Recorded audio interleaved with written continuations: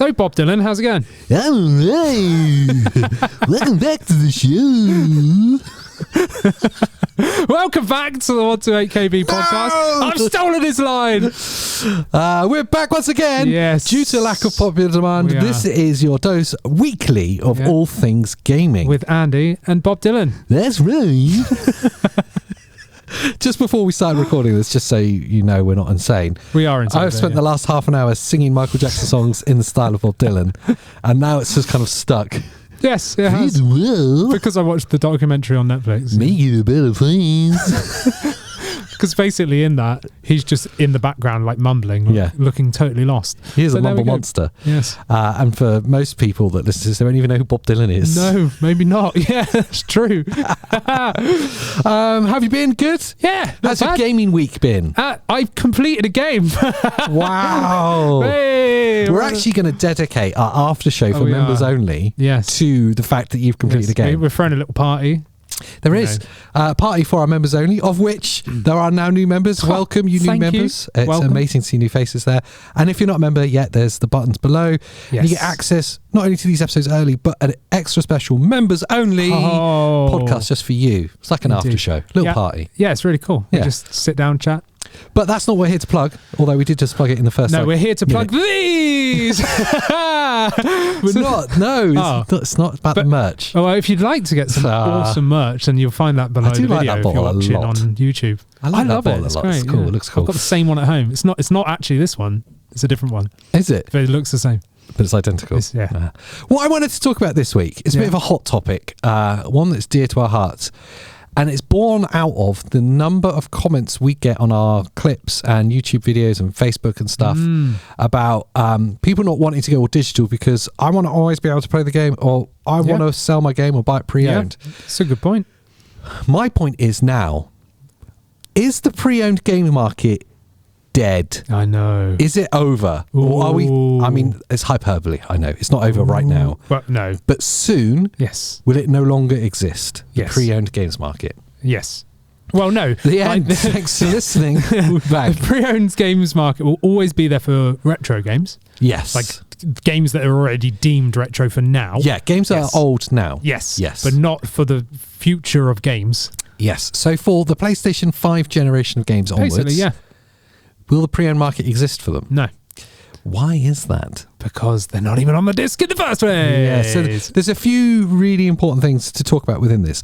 The first, before the fact that the games are no longer on the discs, and that kind of argument's mute anyway. Yes. Yeah. It's the news that's happened at the end of last year, start of this year, that the biggest game retailer in the UK, the only game retailer in the UK, the biggest game high street retailer in the UK. Yes. They've got shops in pretty much every town and city in the UK. Is no longer accepting trade-ins. Yes. And has ceased to sell pre-owned stock. Yep. So once their current pre-owned stock's gone, they're no longer accepting any more owned items. That's even consoles. Yes. Which blew my mind because when I got we heard about it before the emails came through. Yeah. And I thought, well, they've got to keep selling consoles secondhand. It's one of their biggest things. It's one of their biggest things. Yeah. And why does that matter? Like, you're making money from it. Yeah. So that makes sense. I kind of understood it more from the game's perspective. But then when the email came through and it just said anything secondhand, pre-owned, I will probably end up referring to it as secondhand. Yeah. That's what we say here. Yeah, secondhand in the UK is the same. It's pre-owned everywhere else. Pre-owned. So that came as a shock. I sent it to my brother and I said, Game is so the retailer is called Game. Yeah. And I said to him, Game are no longer doing secondhand pre-owned stuff at all. And he just said, well, that's the death of them then. Yeah. And sadly, that's kind of what we've been seeing for quite a few years now from them. The trajectory for high street video game retail has plummeted. It's really taken a nosedive. With the advent of the digital markets, but also the online retailers, you can't compete with those two fantastic offerings. I can either get my game instantly, download it, or if I want to buy the physical one, I can probably get it next day in the post, and it's probably going to be 5% cheaper. Yes. So the high street retailers really struggle with that. The only thing they had left, and this is the bit I don't understand about it, was the pre-owned market. Absolutely. That's the only bit they had left. Yeah, because you'd go in, see what someone had traded in, and you might find a gem there, something amazing that you haven't seen in over the ages. years, I think the majority of consoles I've bought until very recently were pre-owned. Because they were so much cheaper. Yeah, they were boxed. Yeah. Like new, pre-owned. Sometimes with a warranty. Yeah, certainly games. I bought a lot of pre-owned games. Yes, I've bought way more. Well, I say I've bought way more pre-owned games, and yes, as a whole, I have. But I've also bought a lot of secondhand consoles, but mainly more retro stuff or like collector's editions. All my handheld stuff was mainly pre-owned. I might have had the original item, but then if there's like a special edition or whatever, or a variant, I might go, I'll get a secondhand one. But games, collectively, out of all the purchases I've done for pre-owned stuff, I've bought the most being games, especially when I was a kid. Yes. When I was a kid, I couldn't afford. Man, when I was young, and I know video games now is kind of ubiquitous across the ages. Big word for you there. That's good, it was, I know typically it's aimed at the younger demographic. It's a younger person's entertainment. And when you are a kid, access to a £70 title seems insane. Yeah, exactly. But if I could get it pre-owned for £20, then it's viable. Then it's fine. And I know as a kid, that was the majority of my game purchasing. Yes, was pre-owned games. Absolutely, by the longest way. I got banned from the local game store. For trading in too much. Yeah, well, no. What it was is this was an independent shop in our local town. And obviously, it was the only place. This was before game rolled in because we were a small town. And I used to go to this second-hand guy, this game shop. He used to sell full-price games too, but his market was mainly pre-owned. Yes. So I'd go in there and I'd have enough money to buy whatever it was. I'd buy it. And he had some policy. It wasn't like written down. It was just like, if you didn't like it within so many hours or like days, you could come back in and give it back and pick something else. So at first, I was just buying it, playing it, then I'd trade it back in, lose money on it again, and then have to fork out more money and buy something else, plus the trade-in, right? And then I cottoned on that you had so many hours or whatever, so I would get a game, and if it genuinely sucked, I'd take it back, be like, no, I don't like that one, and then it'd be like, no, I don't like that one, and then it would be like, no, I'm just going to complete it like as quick as I can. So I'd be like, all-nighter, just like caning these games with my mate, like my best mate, like he's a rental service. And after like probably like 5 back-to-backs of me going like, nah, I think he cottoned on that I'm just completing these games. That's an interesting one, isn't it? And he banned me. Literally, like it was. Did you ever take part in video game rental? Yes, I remember renting video games. There was a guy who had a van. Did he get you in the van? He did. Yeah. Oh, okay. Yeah, with the enticement of video games. Yeah. Well, the window's really dark. Yeah, no, it was a panel van. There was no windows. The no windows. He used to rent video games, so he'd come around. He used to rent films as well. That's what he told you. Yeah. But you could rent a game off him for like a £5 for the week or so. I can't remember how much it was. It was a small amount of money. I think that's entirely dead now, isn't it? Renting video games doesn't exist. The guy in a white van. No, not the weird guy in a van. But like Blockbuster used to rent games as well when that existed. They did. My local like corner shop used to. So go rent a game. Yeah, no, seriously, I'm not joking. So in my village, there was like a couple of corner shops. Yeah. And you could go and that was when you used to go and rent DVDs from there. Yeah. So you'd get your groceries and there'd be a small section of DVDs.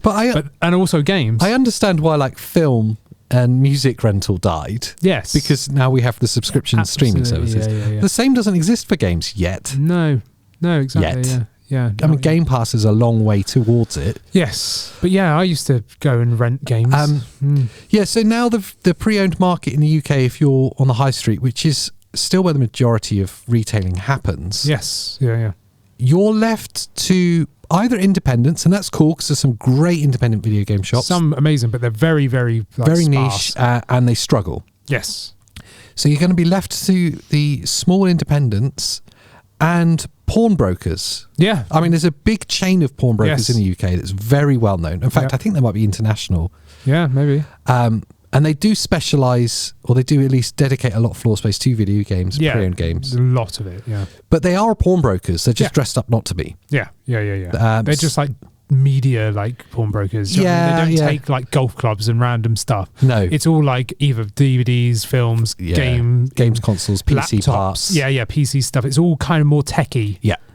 But it's a pawnbrokers. It is. They buy stuff off people really cheap. And sell it for a huge markup. Yes. Quite often higher than eBay prices.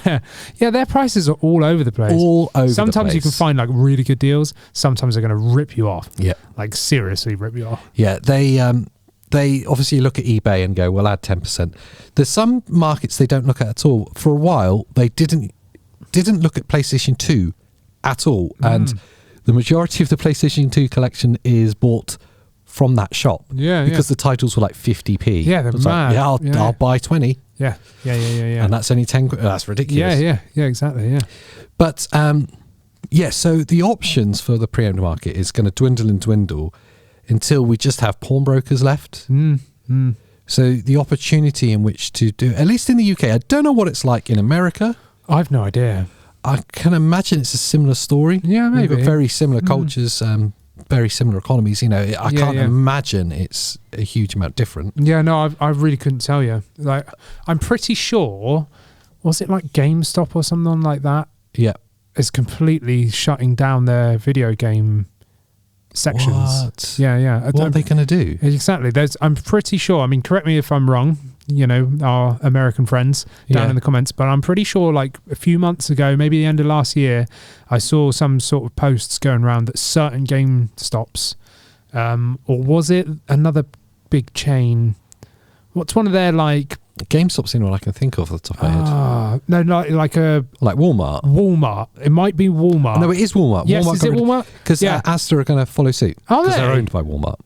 Are they actually? Yeah, for those foreign listeners, Asda's a big supermarket chain in the UK owned by Walmart. It is Walmart, but small. I didn't know that. Oh, okay. And Asda used to have really good prices. Well, if you've noticed, the video game section in Asda has been shrinking and shrinking. Yes. The talk is that they're going to abandon it entirely because it's just not worth them doing. Yeah, okay. So, it's Walmart then. Sorry, I was wrong. But so... I was going to say GameStop because that's all they sell. That's all they games. Do. Yeah, but same with Game. All they do is games, and now they're quitting games. And they're going to become like a merch shop. Yeah, Game specialised, in my mind anyway, Game specialised in pre-owned and trade-ins. That's how they existed. Their name is Game. But like, you'd go into a game store because they had pre-owned, or you could trade. I've got my old console, can I trade it? And they go, 50 quid off this thing if you buy something else in the shop. That's how I got my PS5. Like, I took my PS4 Pro and went... Bye. Can I have money? I'll take it as credit. Yes, exactly. That's what I did. So to remove their pre-owned offering and their trading offering seems to sort of, like you say, they're just going to end up being a merch shop where you can buy like Paladone lights and stuff that I forgot to switch on behind me. I just realised. Oh yeah. As soon as I say it, I always forget to switch them on. So the retail offering is dead. Yes. So the future can only go one way there. It's not going to come back. But more importantly, that exists at the moment for, as you said earlier, for games that are retro now, for collectors, for people that want to buy a PS1 game. Yeah. It's still a thing. And without problem, as long as you can get an operating console, which will get harder and harder as time goes on. Yeah.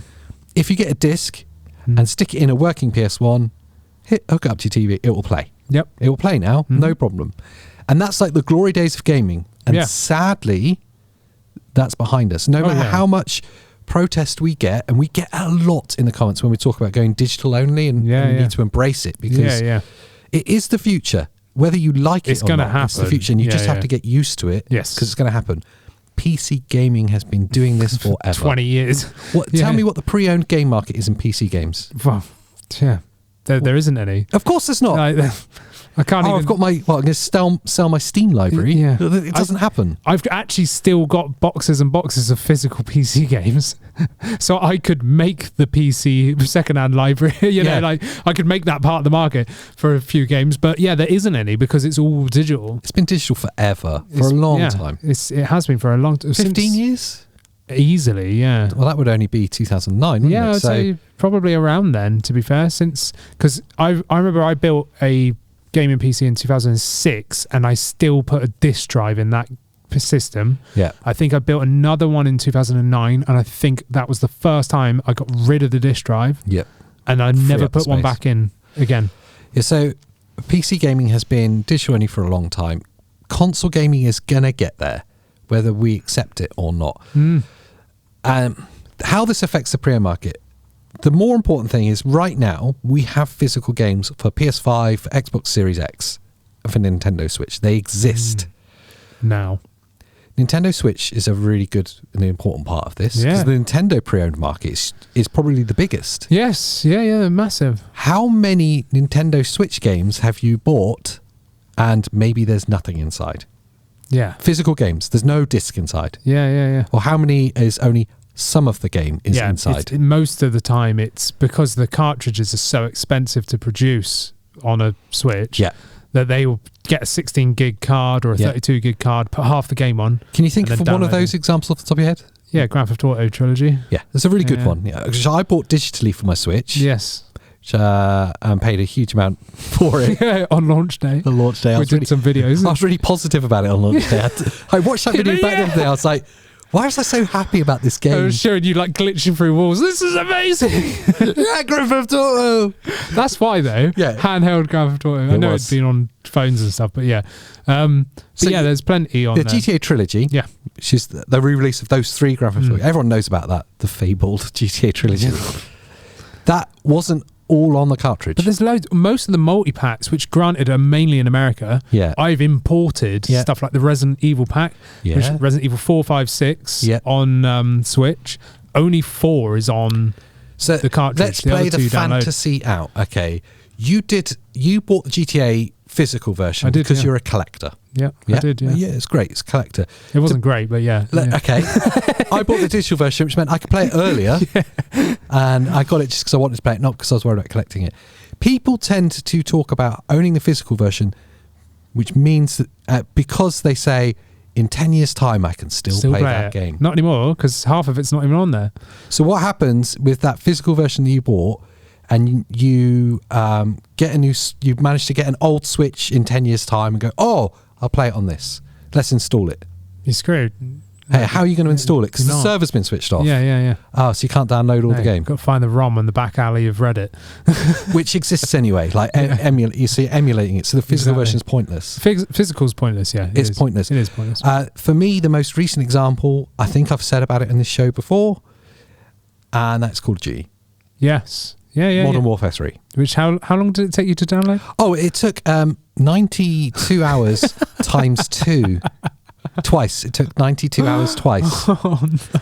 Because my internet connection at home is appalling. What's that, 184 hours? Yeah, 184 hours.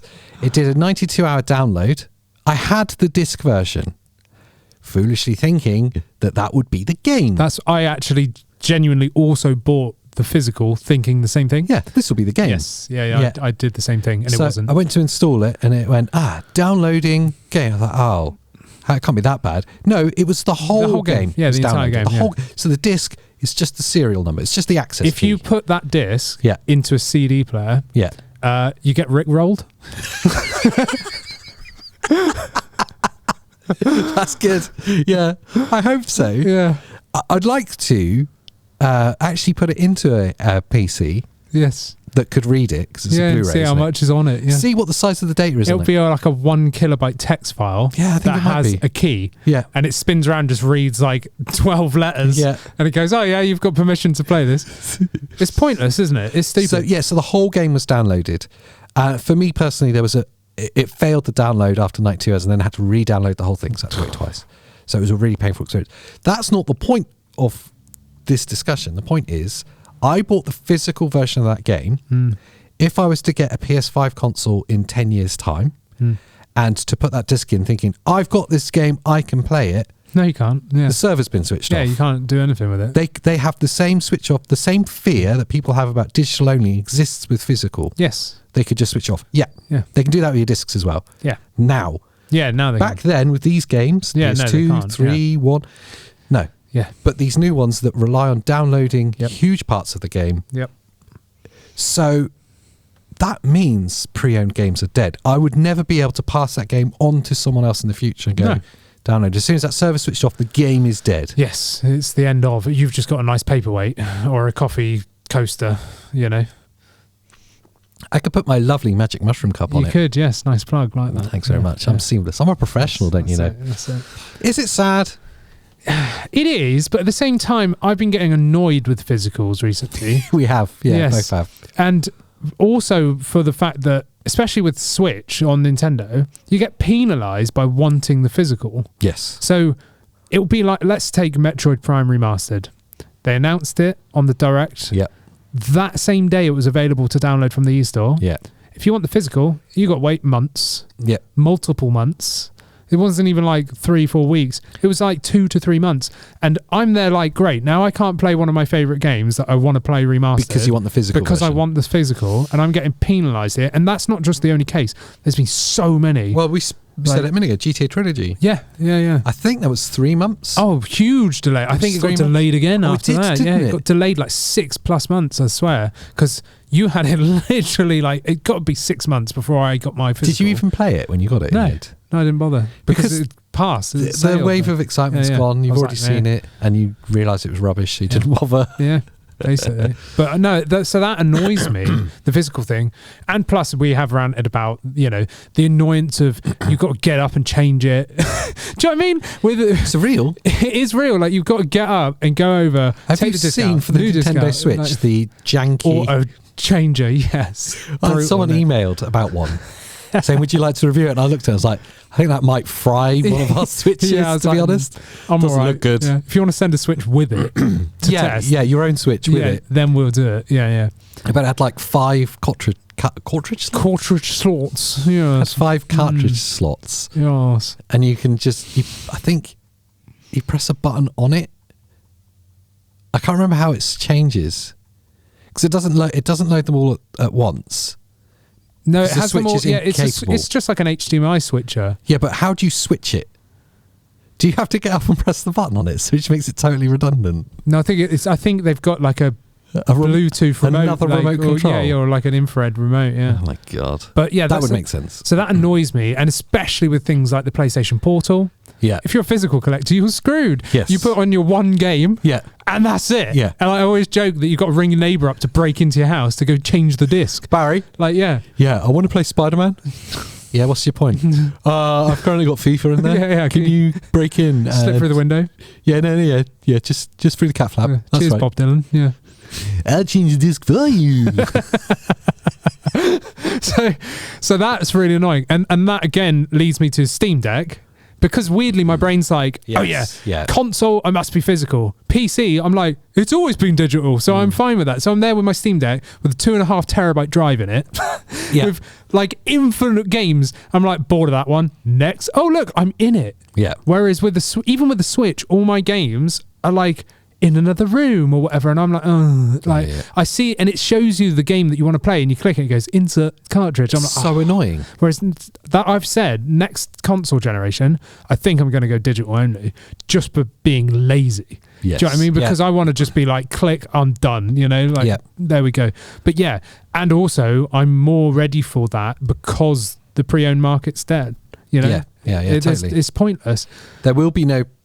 When we get to the PS6 generation, there will be no pre-owned market. No. I fully believe that. Yeah. Well, there will be, but, it'll dwindle. It's pointless because over so much time, it will just get turned off. And games have been fully turned off. I mean, look at live service games. There's been plenty recently. Yeah. That huge flop between Square Enix and Platinum Games. What is it called? I can't remember. They both released a game. Two, monolithic studios that make some of the best games on the planet joined together. I can't think what it's called. To make a game, and I was really excited by it, and it came out and there was like 5 concurrent players on it, and literally I think it was like 3 months, and they just pulled the plug. Unreal. They just turned it off. Unreal. You can't even play it. Yeah. So if you see that copy anywhere, pre-owned or not, you can't even play it. It is just a paperweight, and if you bought it, you're screwed. So that is, a downside. Anthem, who made that? Was it EA or was it BioWare or someone? I think it's EA, wasn't it? Yeah. So Anthem, I actually personally enjoyed it. I played it when it launched. I really liked it, but everyone else hated it apparently. Your big mechs flying around, it was awesome. I thought it was great. Multiplayer thing online. I really enjoyed it. I think that might have been the first ever video I did on the channel. It was. Like originally, you know. Was it? Yeah, you were playing it on PC. I was playing it on PC, yeah. That was when the channel was like really PC based, and then it slowly developed. That's when you were really scared in front of the camera. That was, Hi everybody, and welcome back. I had a wide angle lens like right up against my face. It's just a stretched out face. Hello and welcome back to the channel. Yeah. It was great, yeah. I'm pretty sure those videos aren't there now. I think we've like hid those. Oh no, they're still there. Oh no, I just unlisted them. Don't re-enable them. Yeah, no, I could make them public again. But that game, again, I loved that. I really enjoyed it. And they turned that off as well. Yeah. I went to play it one day and was like, server like notice or whatever. Sorry guys, that's it, done. And I was like, oh man, like I just leave it up. Yeah. I want to play it. Yeah, I'll be alone playing it. It's fine. Just you and a map. Yeah, I would have probably just played it for the storyline and stuff, you know. You wouldn't have played it just for the storyline. It's not that kind I'd never of have completed it. That's like saying, games. Oh no, they should just put the campaign on the Call of Duty disc, and I'll just play the campaign. Yeah, no. No one plays it for the campaign anymore. They don't even make a campaign. It's like 2 hours long. It's like 3 hours long, yeah. The being alone in a server, this is a real like tangent. This is the weirdest experience. Yeah. I used to play Battlefield a lot. Yes. Used to love Battlefield. Yeah. And I'm trying to think which one was Battlefield 3 was one I played, or maybe Battlefield 2. Yeah. Back then, anyway. So talk about 10 years ago. Whatever the Battlefield was about 10 years ago, 10 years ago. I'd play it a lot, and I'd stay up super late, as you tend to. And it when you be on the European servers, and it gets like 2 a.m, it's the games get like quieter and quieter. It end up being like, oh, there's only 3 players aside. And then there'd always be a moment where it's waiting for other players, and with those old Battlefields, you could still just like wander around before the fight, and no one would join you. So it's like, it has the same sensation of like being, if you get up super early in the morning, like 4 a.m, and wander around like a street, around. Or if you've ever gone to the supermarket in the middle of the night. Yes. And so these normally really busy places are empty. So you've just been playing Battlefield. It's really hectic. There's explosions and people dying. You're like, ah! And now you're there like, hello. And it's just quiet. Where is everyone? And they'd have like the sound of vehicles still running and stuff just on loop. You're wandering around like, hello. Hello. Amazing. It's like if Silent Hill didn't have fog. Yes. Yeah. Just empty space. Like, yeah, that's right. What they should have done is anticipated that and then got some like crazy like bots to come out. Well, they do now, don't they? Oh, I don't know. I haven't played Battlefield. Not in Battlefield, but in like the live service games, they add bots in. Yes. Especially if you're if they do level, what do they call it? Like matchmaking? Yeah, I get you. Like, I don't know what it's called, but I know what you mean. Experience level matchmaking, whatever. Like skill level stuff. Yeah. If you're a really low level, you suck, they'll tend to put a lot more bots into your that are really crap to make you feel good. And then you win, and you're like, yay! And then you rank to go in with real people, and then you suck. It makes me feel good because I'm rubbish at Call of Duty now. So you're just playing against all the bots. And I play like once every 3 months. It's like, oh, I'm really good at this. Oh no, I'm not. Yeah. Anyway, that was a weird tangent. Yeah, we kind of went off piece there. Yeah. But, if it almost seems inevitable anyway. Back to the point. Pre-owned games are dying. Yeah. And the need and necessity to keep your physical collections redundant, especially of this generation. The only thing I'll say is, firstly, I am sad about it, even though I'm fully embracing a digital-only future. Yeah. Because it's easier, it's quicker, all of those reasons. I'm sad about it. I love physical games. Me I too. Still have a lot of love for them. Yes. And I still can't get over, I'm like this about music still as well. Yeah. The moment of buying or receiving a game. Yes. The physical case. And I was the same with CDs. I would still be the same now. There is something exciting and magical about undoing the cellophane. Opening it and being like, box. wow. The box art. Yeah. I mean, there's no instruction manuals anymore, which I think sucks. It really sucks. Yeah. I like a manual for no reason. I do. Yeah, but it's part of it. It's all like art in there and stuff. It's cool. Yeah. So that experience is magical, and that's going to be gone, and it's kind of sad. Massively sad. Yeah. It is sad. It's not necessarily a reason to keep it. It's just yeah. in my day. Yeah, exactly. But yeah, it's a shame because I've got like so many Switch games, you know, and most of them require a download. Mm-hmm. And actually, I've been rebuying recently a lot of games I already own on Switch on Steam. Because I've got Steam games. Well, you've seen on my Steam account, I've got games of saves from like mid 2000s. Yeah. You know, from when Steam was like just starting out and stuff. All of that's still there, and most games still get updated, even though they're so old. You know, they're all supported. Could you imagine a future? Let's put this out there. Yeah.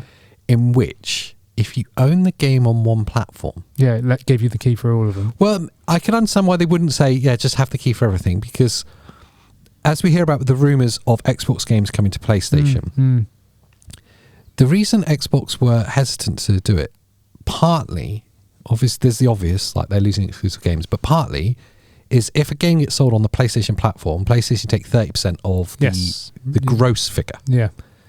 And Xbox line was always, they would use that 30% to develop better games and ultimately try and put us out of business. That was the argument. So like PlayStation, I'm going to say, you already own this game on Switch, come and just transfer it over, because they've lost that 30%. Yeah, they've lost their money. But if you've just paid that 30%, if there was like a transfer fee that was quite small. Yeah. Like now, those Switch games that you own and you want to put them on your Steam Deck, if you just played Valve, like, it's just £3 to transfer it over, that'd be really cool, wouldn't it? That's kind of what it's like on Steam. But Steam's a bad example. I've been buying loads of games I own on Switch for like literally a few quid, whereas I paid like 30 quid on Switch to try and support like Nintendo and be like, more third-party developers come to Switch because it's the only handheld. Now I've got a Steam Deck, I'm like £3 on Steam.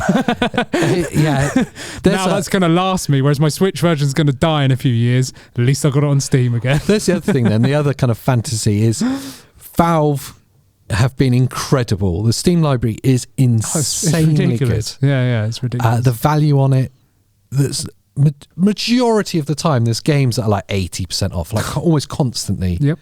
You always send me a screenshot, go, that game we were talking about? It's £1.50. I know. Oh, God. Yeah, it's ridiculous. Will we see the same thing happen on the other platforms when they go all digital? No. I can't imagine Sony doing it. No, Sony will put the price up even more. Okay, in that case, will Nintendo finally sort out their eShop? No. They don't even have to be reasonably priced games. Just fix it. Oh, it's terrible. That's all Switch 2 is going to be. It's just a Switch 1, but with an actual store that runs, and it doesn't take like 10 years to load or kick you out after you've got to like the 50th thousand. How many hentai games do you have to scroll through? Oh, Christ. Before you find 30 a second. That's what's keeping them going, I think. I don't know if anyone buys them. They must do, otherwise why bother putting more out? I don't know. There must be like a hentai AI generator or something. Maybe. Just bamming in them out. Yeah, maybe. Yeah. Talking of hentai. Okay. Well, it's gaming. We're here. Who doesn't like a bit of... Oh, it's just me, isn't it? Dark secrets. No, what games have you been playing? Well, this is the problem. I've been playing Final Fantasy VII a lot. The weird one. Yeah, the dark version. No. Okay. That weird Flash website. No. Yes. Yeah. This is unintentional hentai, okay? The unintentional consequences of going onto Twitter. Okay, yes. Yeah. And looking for anything to do with this Final Fantasy VII Rebirth, which is coming out February 29th. It's doing those weird hashtags again, yeah. Well, it's mainly because I was putting a hashtag, I want to see all the boobs now, please. I don't know why these hentai pictures came up. Why am I seeing this? Yeah. But if you go onto Twitter, it's a fun experiment from you all. And it's not totally not suitable for work stuff. It's all kind of like... Yeah, close. Close. As you would imagine hentai to be. Okay, no octopuses. Right. If you search anything Final Fantasy VII on Twitter, I guarantee you, within 30 seconds, there will be hentai of Tifa. Oh, yeah. There's going to be some sort of like manga with the boobs almost coming out. Yeah, almost. Or someone cosplaying as her. Yes, yeah. I'm a relatively attractive woman. Let me dress up as a computer game character. Yes, that'll be it, yeah. So unintentional hentai is everywhere when you look for Final Fantasy VII. Amazing. Yeah, so that's my... I don't know how I got onto I have no idea. We were talking about Preowned games, and we kind of...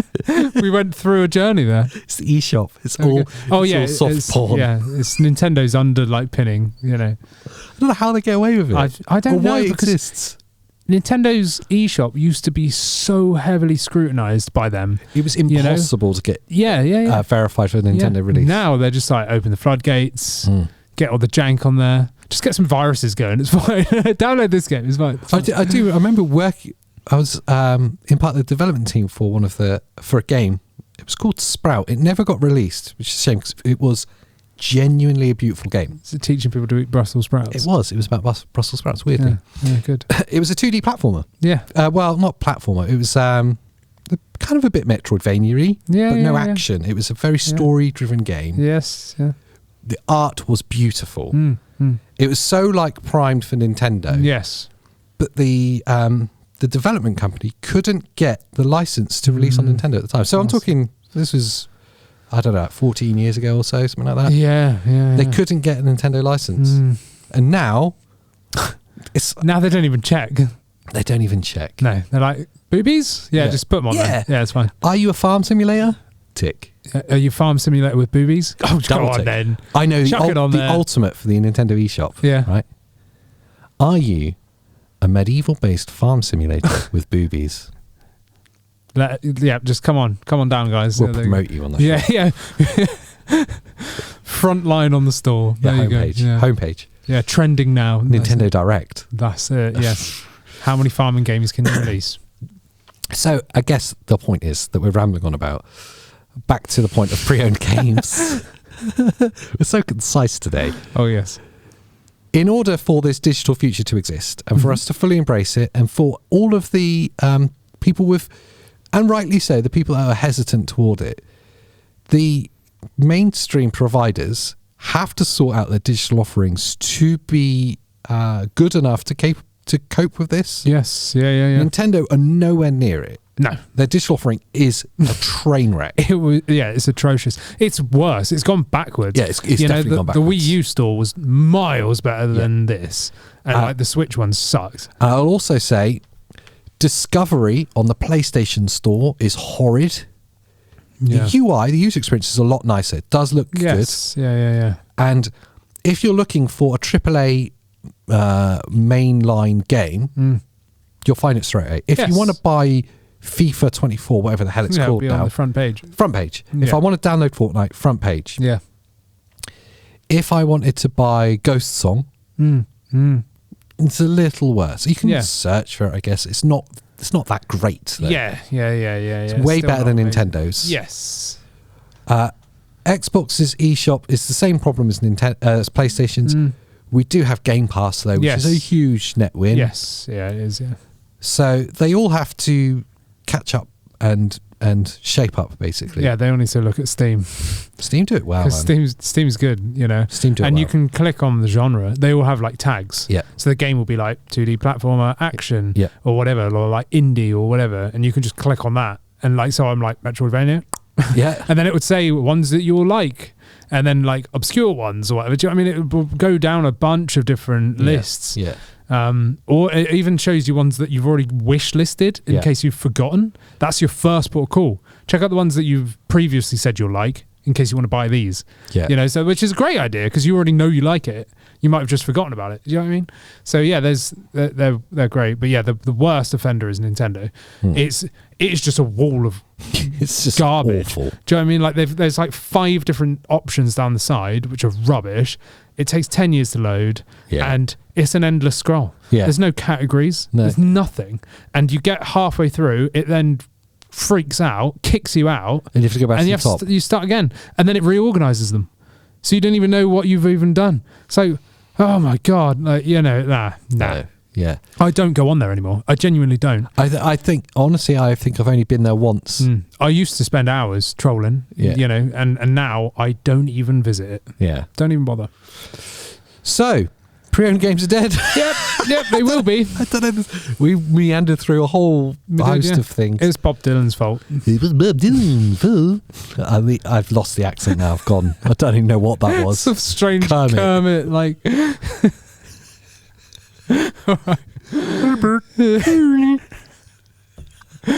Yeah. I'm just here for the cartoon references. Yes. Yeah. What do you think about it? Let us know in the comments below. Do you think pre-owned games are dead? Is it the end? Or are you happy going to your local pawnbrokers and fighting off the alcoholics to find your latest version of the second-hand game? Yeah. Are you going down kicking and screaming, or are you just going to accept it? I think we all have to accept it. If you got to the deep end with us and you're listening to the show on Spotify, you can see us on Spotify. The videos are there. Yes. Rate the Pope, because it really does help the show. Rate the Pope. How well do you think the Pope's doing these days? Does he rate him out of 1 to 10? What does the Pope do? I mean, he's like he does Pope stuff. He does consultations. He's available for hire. Well, I can't think of. So do all that stuff, because obviously we are the most concise gaming show on the market. Just rate the Pope. Yeah, rate Let the Pope us know down in the comments and on our social medias how well you think he's doing. Yeah, I think he's doing a great job. Of course, YouTube land. The buttons are below. Press them all in any order you like, but as long as it finishes with a thumb up and a comment and subscribing. Yes. Because that's cool. Memberships is open as well if you want to see more of this. Secret shows for members only. And I don't know, these episodes early. Should we say that as well? Yes. Yeah. What? You're not even listening to it. I was too busy thinking about how well I'd rate the Pope. What would you do? I'm not too sure. I'm undecided right now. Okay, 3 out of 10. But let us know your favourite Nintendo hentai games in the comments as well. You know, and also, after you've watched this episode, head over onto Twitter. Yes. Search for Final Fantasy 7. And then at 128KB Podcast, let me know how long it took you to find Tifa porn. That's it, yeah. So until the next time, I'll see you next time. Bye.